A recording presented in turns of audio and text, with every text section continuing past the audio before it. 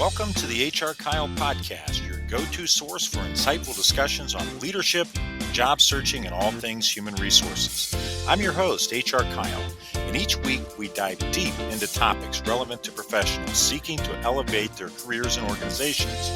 Whether you're a seasoned leader, a job seeker navigating the ever-changing landscape of employment, or an enthusiast looking to stay ahead of the curve, this is the podcast for you. Join me as we explore practical strategies, share expert insights, and engage in meaningful conversations that empower you to succeed in today's dynamic workplace. So, adjust your headphones and let's dive in.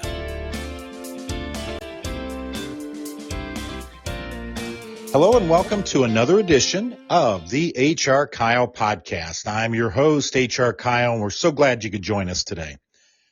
So today we're talking about a topic that I don't think gets enough attention as it relates to the world of work. And that is some of these emerging careers that we're starting to see here in the last couple of years. And certainly we can go through the list, but we're all familiar with data science, artificial intelligence. We're hearing a lot more about that. We're seeing a lot of roles come up within the medical fields and healthcare and so on. So there's a lot of these emerging careers, and I don't hear a lot of conversation about it.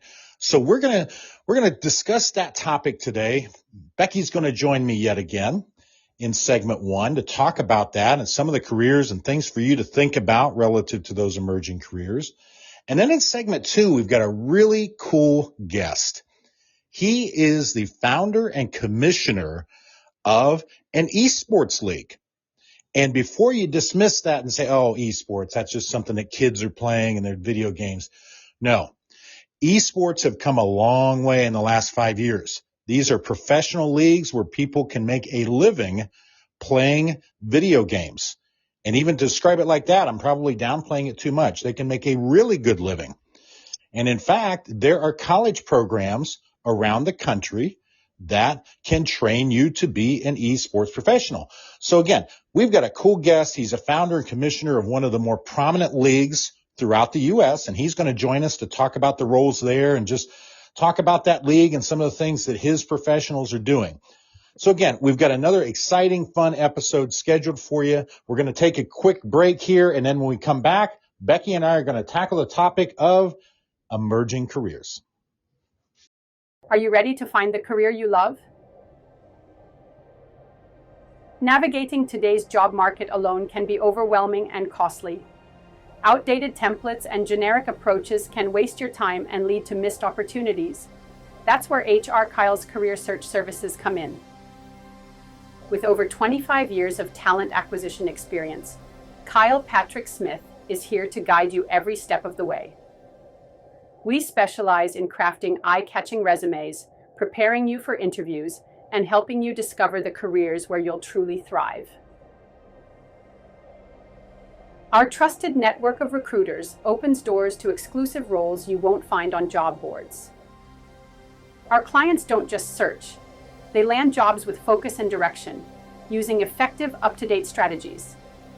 If you're serious about your career, visit hrkyle.com or call 330-5554-5264 for your free consultation. Don't waste another day with outdated methods. Your dream job is within reach. Welcome back. I hope you enjoyed that brief break. And HRKyle Becky, again, is going to join me today so we can talk about the topic of emerging careers. HRKyle Becky, welcome back.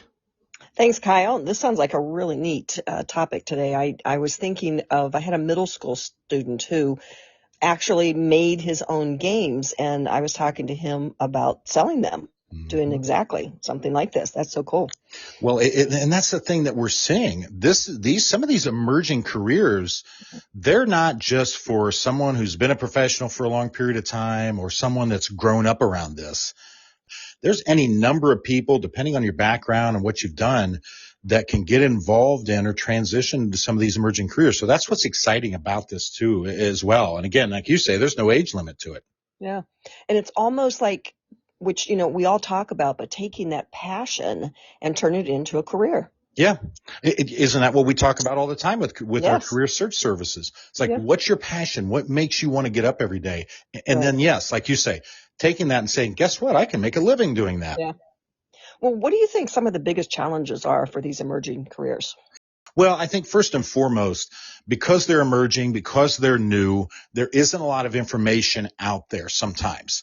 If we're talking about careers like in engineering and those that have been around for a long time, sure, there's a wealth of information. But when we're talking about jobs relative to artificial intelligence, or like we say, gaming professional, there's just not a lot of information about that. So first and foremost, you're going to probably have to do a lot more digging than you might typically need to do to get the kind of information.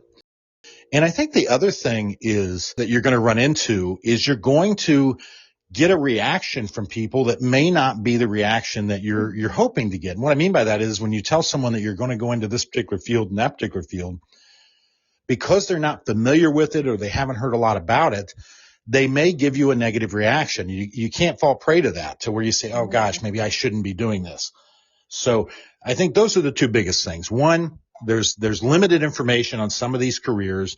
And two, you may not necessarily always get a favorable reaction from people when you share what you're interested in doing. Right. Then how can these job seekers in these new careers, how can they best prepare themselves? Well, I think just like any other career, do your research. Try to connect with people that are doing these jobs currently. And if you can't find them, it never hurts to talk with people who are possibly in academia. Maybe they're a professor in this particular topic area or something related to it. But definitely it's a couple of those things. Do your research, understand what the job looks like from a day-to-day basis. Do your networking so you can talk to people who are doing it, who have done it, been involved with it. Maybe they even work parallel to it. And there's no problem in going the academic route and talking to college professors who maybe teach the topic or they hold a course on it. For example, podcasting is another example. I know a few people who are, they have a business doing that, or I should say they're teaching a course at a college on it.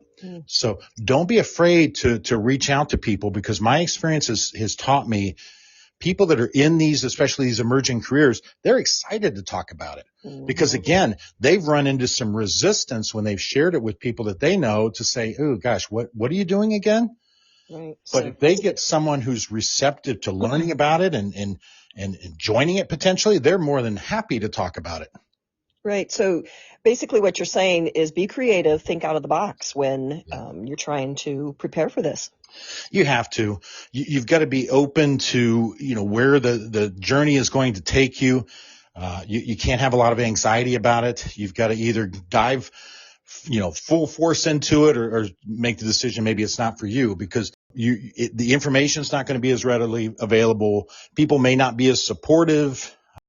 There may not be a lot of places out there where you can talk to someone. So you've got to be a little bit fearless. Exactly.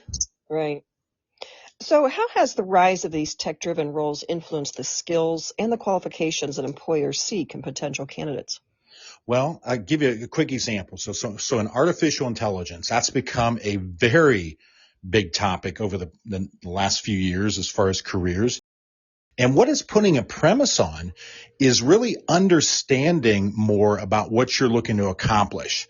Because in those particular roles, the artificial intelligence is doing the basic work, meaning the routine. Artificial intelligence is very good about that. It's as good as it is trained. But once it's trained, it's very good at doing the routine. So you as the professional, for example, working in the artificial intelligence field, you've got to use that higher level thinking to say, where do I need to take this next? Where am I driving this to next? So you have to have a much better feel for what your end result is, because artificial intelligence can't do that. It's simply read and react. We're seeing it do more than that, but at the present time, it's basically read and react. So you're having to think about, where do I want it to go next? What direction do I want to steer this in? What's my goal? How can I be strategic about this? The other thing to think about with any of the technology tools is building your people skills. Because again, the technologies can't do that. Robots they don't work well with people. They work well with tasks. Artificial intelligence, again, works well with tasks, but it's not necessarily adept at interacting with people at a higher level. Right. Right. So build those people skills. Right. So then how do you think this is going to change traditional hiring processes? You're going to see much more technology. We're starting to see that. We're seeing technology take up the role, again, in the initial steps of screening resumes and getting tasks done. What I want to see it do is help us be more efficient in hiring and onboarding people and answering questions and serving our employees and our former employees. That's where I want to see it go. But ultimately, I want to see it used in a good way so that the people piece is still there. What I mean is when you need to talk to a person, there's a person more readily available because the routine tasks are being covered by a technology. Yeah, which is, I love that idea of getting back to the people, and maybe that'll force companies hiring people to kind of step back and, make phone calls, to actually meet face to face first, those type of things. Well, and return phone calls. That's something we talk about. True. You call these businesses, you never get a call back. And again, that's not something a machine can do. That's a person thing. So let the machine do the things that machines are really good at. Right. And let the people do the things that people are really good at. And never the twain shall meet. Right. Yeah, I like that a lot. What impact have these new roles had on more established industries and job functions? Or have they? Well, I mean, it's forcing people to rethink some of the roles. For example, I know I keep coming back to artificial intelligence because that's the most popular. But what it's doing there is, again, it's taking those routine tasks up to and including programming, for example. We used to have all these programmers. We don't need programmers to the level that we did. Mm-hmm. So now we're needing people that used to do the programming. We need them to be more architectural. We need them to be more the conduit between the technology and the client.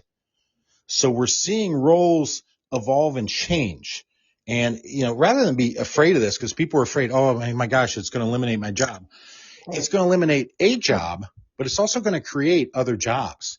We didn't see all these people lose their jobs when we went from, riding in carriages to automobiles. The jobs just simply changed. And that's what we're seeing here. Same way in like the medical field. We're seeing some emerging roles there that we didn't see necessarily as much before. One is physician's assistants. We're seeing a lot more of that. Well, what that's designed to do is take away some of the routine stuff that really a doctor shouldn't be doing, or even a nurse for that matter. They're very basic tasks, allowing the doctor to be more efficient and allowing the doctor to focus on what they're good at, and that is to diagnose and treat, as opposed to just check in and take measurements and those kind of things. Right. Well, stepping back just a minute with the AI you were talking about, I was at a conference a couple of weeks ago, and the speaker said that it's not, you're not going to lose your job to a machine. You're going to lose your job to the person who's learning the AI and becomes, specialized in it. Well, exactly. And again, we've seen that throughout time where jobs have been eliminated to do certain things, but jobs aren't being eliminated. It's the job to do that particular task that's been eliminated. Right. And again, there's a clear difference. And this kind of leads into my next question, which we've probably answered already, but are traditional roles evolving in corporate elements of these newer careers? Oh my gosh, up and down and across, all of the above. So I mentioned HR. We're seeing a lot more technology replace some of the basic tasks, namely screening resumes. That initial screen, if that system is programmed correctly, can be as effective or more effective than a person. And that technology can be used to send a message to the person after they've screened it that, they're not going to be considered, or that we want to schedule an interview with them, and it triggers a calendar that the person can go ahead and schedule themselves for their interview. Right. So that's one of the examples. We're seeing it across a lot of fields, though, to where AI is again, I keep saying this because it's where it is most valuable. It's eliminating the routine tasks that a person do. Because if it's routine and it's the same thing over and over again, or it requires a few if-then statements, then a machine can do that. You don't need a person to do that. Right. And two things that I heard there, if it's programmed correctly because of those keywords, Yep. and then also to just generate those decline letters, Yes.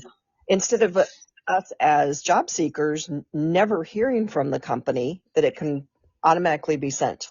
Right. And that's what I'm getting at.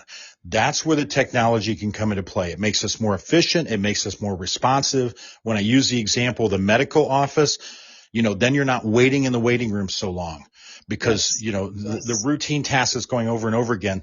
Someone that can be programmed. Maybe you walk in and the first thing you do is you step on a scale and it gets your weight, it takes your blood pressure, and it does all those things rather than a person having to do that. Yeah, exactly. And you're checking in just like we do at grocery stores and so on, where you check out.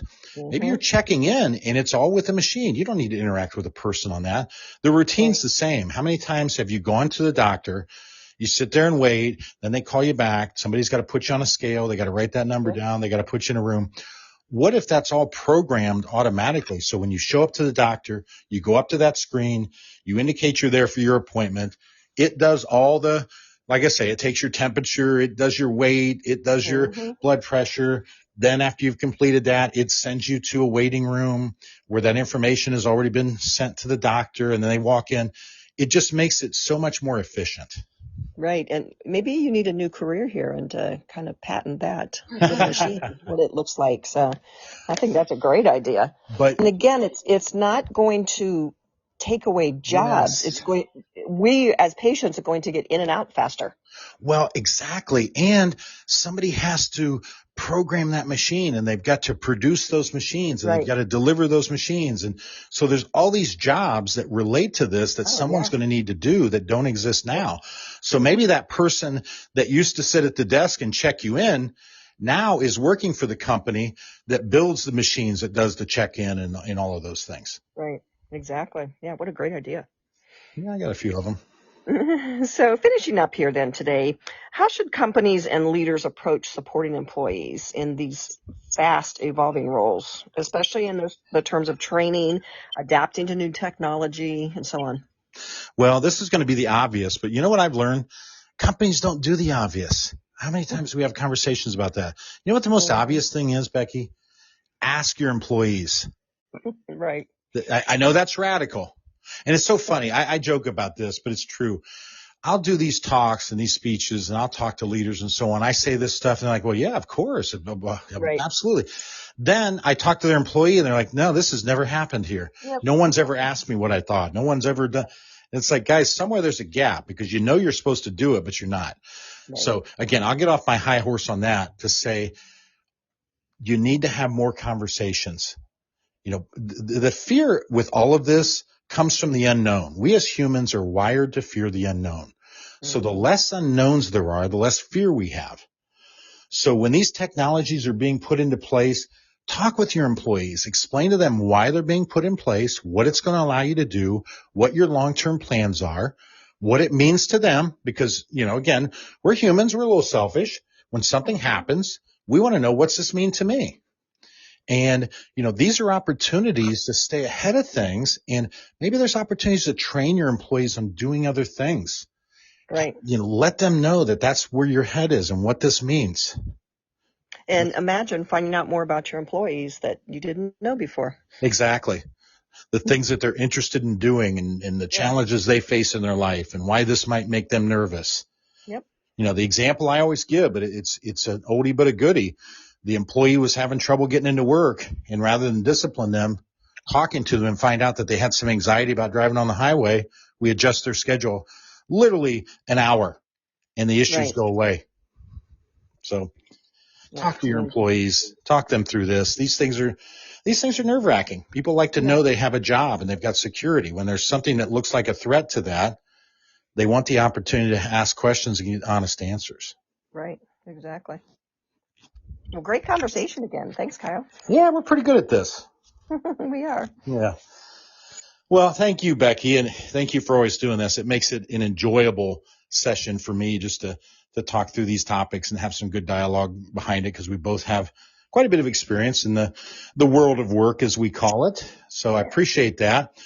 Well, folks, we appreciate you as well. We're going to take a quick break, and after that, we've got our gentleman who is the founder and commissioner of an esports league, and he's going to have some really good thoughts around these emerging technologies and what they mean to our world and some of the exciting things that we can look forward to seeing. So again, let's take a quick break and we'll be right back. Are you stuck in a job you hate?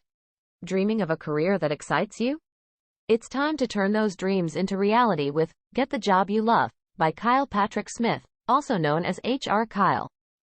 Discover proven strategies to land your dream job, master interviews, and stand out from the crowd.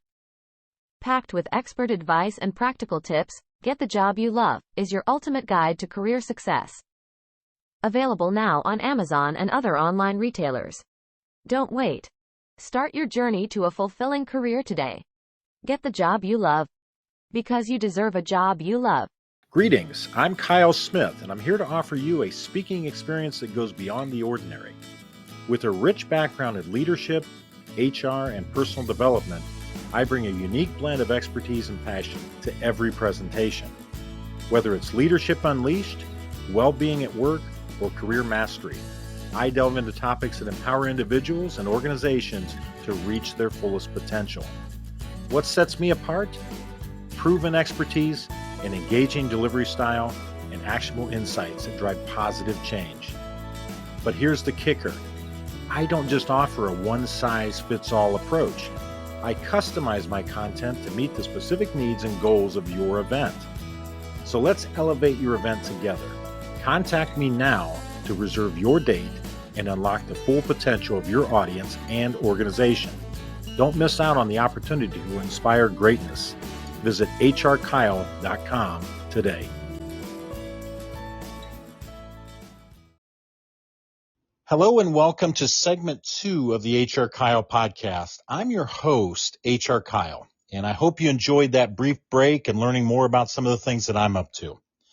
So we're going to continue in segment 2 on the theme that we started with segment 1, and that is looking at alternative career options. And when I say alternative, I'm talking about career options that have come up over the last, say, 10, 15 years. And one of the major ones that we're hearing more and more about, and in fact, colleges are starting to offer degrees in this area, is esports. Well, I fully admit that although I played quite a few video games when I was a younger man, I am by far not an expert in this area. So what I did was I found a man who is very much an expert in this area. In fact, he's CEO of the Ultimate Endgamers League. His name is Titus Walker, and Titus is joining us tonight on the HRKyle Podcast. So, Titus, thank you for joining us. Yeah, thank you so much for having me. I appreciate the intro. Absolutely. We're great to have you, and I'm looking forward to learning a lot from you. So, Titus, start off, tell us a little bit about yourself. Yeah, so I am a father of 7, and I am very much father first. Got into real estate at a pretty young age, and started doing real estate development. And so that's kind of my background. I played video games, but real estate development was really my background. So we would develop land from, a 10 home community all the way up to a 2,000 home community. And I did that for about 8 years, but didn't really find much of a purpose in doing that, and kind of felt like I was, just not where I was supposed to be. And so that's when, I tried a lot of different businesses, and the one that really, really stuck was something that I've always really loved, and that was gaming. And so that's kind of how I ended up doing what I'm doing now. Awesome. Great story. And thank you for sharing that. And by the way, congratulations on 7 kids and then still starting your own business and now starting the Ultimate Endgamers League. So you have a unique ability to juggle a lot of different priorities. I do. Yeah, I do. And I've been really good at, the kids are getting older now. I mean, The oldest is turning 16, and then it's kind of just like 15, 14, 13, 12, type thing. So, and then we had another, we started over. And so we have my youngest son is 4 years old. So, good for you. Yeah, but they're all, old enough now to where, they don't need me, in their face as much, or they don't require as much maintenance. So it makes it a little bit easier. Well, we may need to consider having your wife on in a future episode, because I'd love to hear her perspective on all this also. Yeah. She must be incredibly resilient. Yeah, for sure. Well, Titus, as I mentioned, you're CEO of the Ultimate Endgamers League. And how do you see then esports as an industry evolving as truly a viable career option for individuals? And beyond that, what opportunities do you believe it offers for those interested in pursuing a career in gaming? Sure, yeah. I think the current esports landscape doesn't really offer much, just because it's kind of stayed stagnant for the past, 50 years. I think the 70s is when the first esports event happened. Mm-hmm. And essentially what esports has become, or what it always was really, was just a competitive way to market an individual game, right? And so what ended up happening over time was the esports landscape became just this marketing engine for a single title. So I think until we came around and have developed the first more like multi-game approach where the game doesn't control the narrative. And what I mean by that is because the game is an intellectual property of somebody. So similar to music, it's like, you have a Call of Duty, for example. It's owned by Call of Duty. So they really control everything that happens within that Call of Duty world, as they should. It's theirs. But what we developed is more of like this approach, kind of like UFC, where we take all different games, all different genres, and put the focus on gaming and gamers. And so I think with the evolution of esports becoming more about gaming and gamers, there's really this ability to create a sustainable environment for people, whether you're in production of gaming, development of gaming, or you want to be a professional gamer, which is huge right now, or in any commentary or any really side portion of gaming, just because it's such a big industry, man. It's a $400 billion industry, and if done right, there is a lot of potential there for you to make, good money or just have a sustainable career within it. Well, and the other thing that I'm gathering here is you being the industry and certainly your league, still very much on a growth perspective at this point.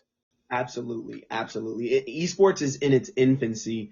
Esports was kind of a buzzword that was created to get a bunch of investors in. But really it's just gaming. Like gaming has been around since the 70s, but competitive gaming is where esports comes in, right? And so the competitive side of gaming is 40% of the gaming industry is competitive. And so it's a $400 billion industry, right? It's bigger than music and movies combined.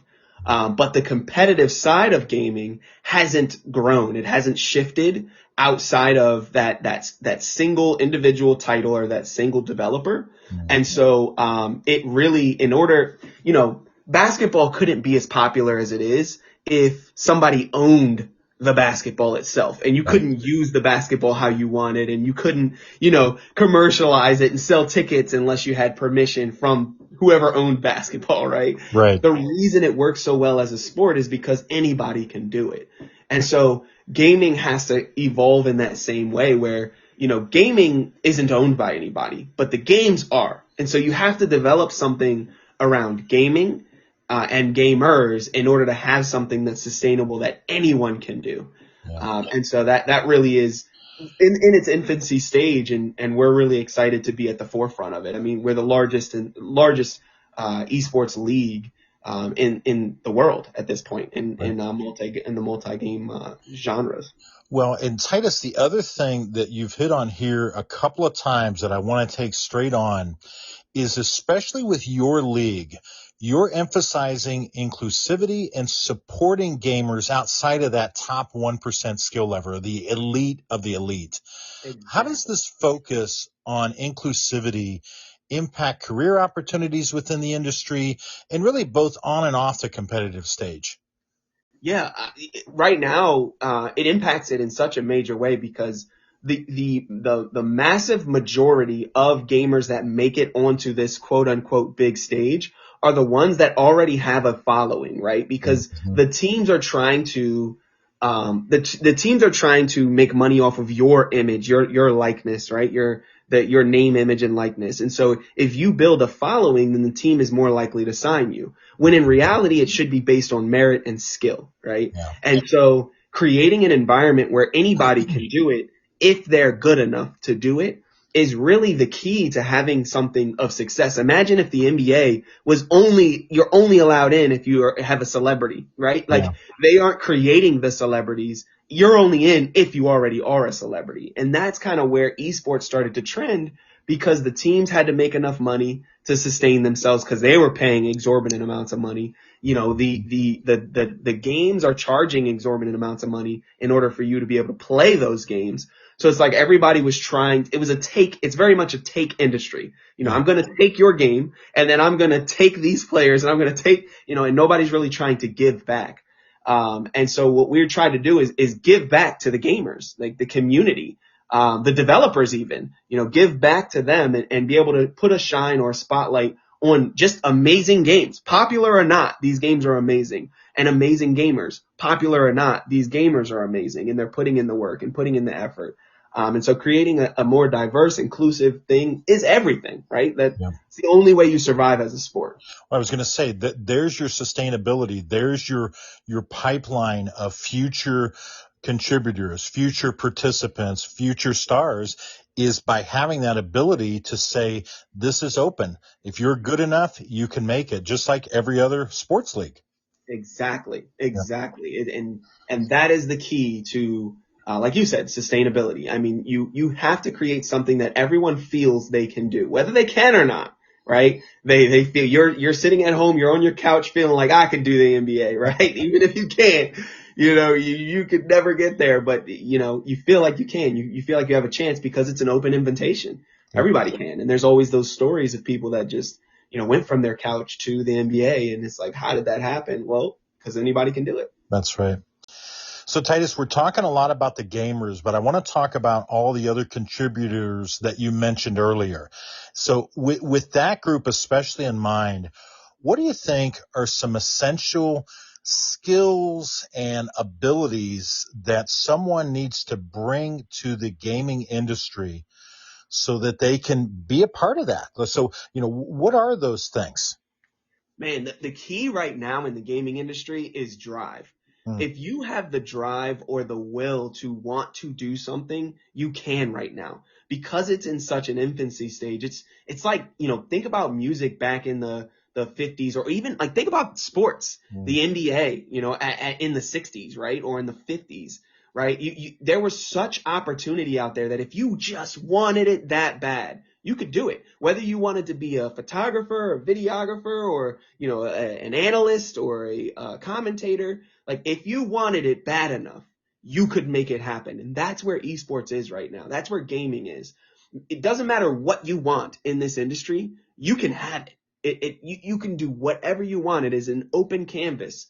But you have to be willing and you have to have the drive to be able to do it. And then you have to have that like creativity to say, what if there was you know, storyteller in gaming right now? And then just go do it, right? It doesn't matter what it is. You can go do it. It's an open canvas for everybody to be able to get involved. Well, it reminds me, and you make some of the other sports analogies, but what it makes me think of is back in the early 60s when they were forming the American Football League as a rival to the National Football League.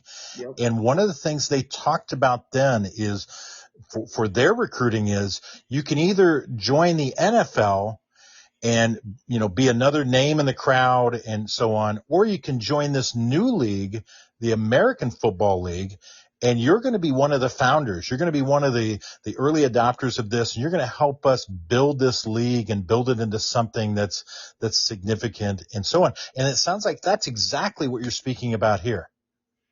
Yeah. I mean, the thing is, like, you could do boxing or you could do UFC, right? That's always been the case, right? Like, you always have some other things that can be done. And I think at the end of the day, you want to choose whatever you feel is sustainable, right? And games are not, a single title is not sustainable. There is no game that will last forever, period. It'll go into popularity and out of popularity. That's just how it works. No music, no art lasts forever, though it can live in people's hearts, and it can be something that's like, oh my gosh, this is amazing. Mona Lisa, right? Like, but Mona Lisa is still not something that people are viewing in the same light that they did back in the day, right? Like, my kids don't care about Mona Lisa, right? But and I really don't care about Mona Lisa, but there was a time where it was like, that was everything. And that's how art is. It's beautiful to those that see it as beautiful, but it doesn't live forever. And I think that's how we need to see games, individual games, whereas gaming is forever. I don't think gaming is going anywhere, and I don't think anybody would disagree with me, but games will. No, very true. Very true. So, Titus, we've got a couple of minutes left. I want to have you answer this one final question before we wrap things up today. How can an aspiring professional in esports leverage their experiences, whether it be professional experiences or life experiences, to build a future career in esports? Well, I would say you can start with streaming or broadcasting or showing others how to get the skill that you've been able to obtain. I think coaching is a very underutilized skill in gaming right now, because a lot of people want to kind of keep their skill within themselves or keep the secrets to themselves. But I think leveraging that to coach others is the easiest way in right now. Awesome. Well, Titus, this has been a very enlightening discussion, and I'm so glad we could have you on to educate not only me, but certainly educate our audience on gaming and where the industry is heading and the opportunities that exist there. And more importantly, just the excitement around the topic. So thank you so much for joining us on this episode of the HRKyle Podcast. Awesome. Thank you so much for having me. And folks, I want to thank you as well for joining us on yet another episode of the HRKyle Podcast. This happens because of you. We appreciate your listenership each week. And if you're not following us, first off, I don't understand why, but it's time to start following us, because that's the best way to stay up to date on upcoming episodes and some of the other things that we're up to. So please take a moment to follow us on your favorite podcasting platform. But again, thank you for joining us today. And I just want to leave you with 3 final thoughts. Stay focused, stay grounded, and stay tuned.